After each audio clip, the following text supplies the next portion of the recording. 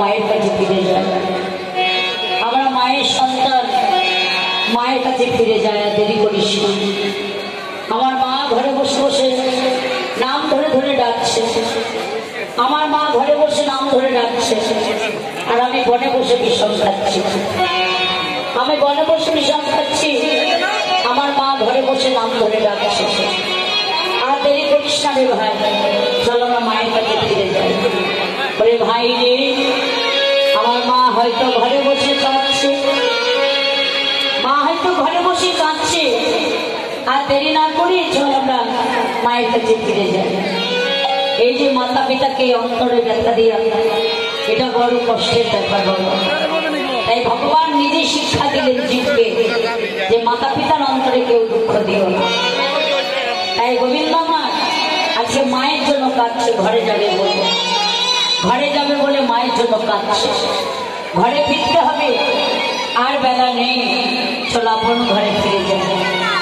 আর বেলা নাই, বেলা নাই, আর তো জীবনের বেলা নাই। এই যে দিবা ভাগে যেমনি তিনটি ভাগ বাবা, এই দিবা ভাগে যেমনি তিনটি ভাগ, আমাদের মানব জীবনেও ঠিক তিনটি ভাগ।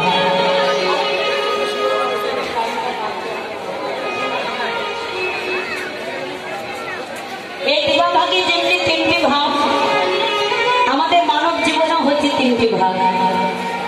এই দিবা ভাগে তিনটি ভাগ কি কি? প্রভাতকাল, মধ্যাহ্নকাল ও সন্ধ্যা আগত কাল। আমাদের মানব জীবনে তিনটি কাল কি কি মা? আমাদের মানব জীবনে তিনটি কাল, প্রভাতকাল অর্থাৎ বাল্যকাল, মধ্যাহ্নকাল অর্থাৎ যৌবনকাল, সন্ধ্যা আগত কাল অর্থাৎ বৃদ্ধাকাল। তাই তো বললেন বাবা, শিশুকালে কৃষ্ণ ভজে, কৃষ্ণ পাবার আসে। যৌবনকালে কৃষ্ণ ভজে, কৃষ্ণ আসে কি না আসে। আর বৃদ্ধাকালে কৃষ্ণ ভজে, পায়া জমের তরা আসে।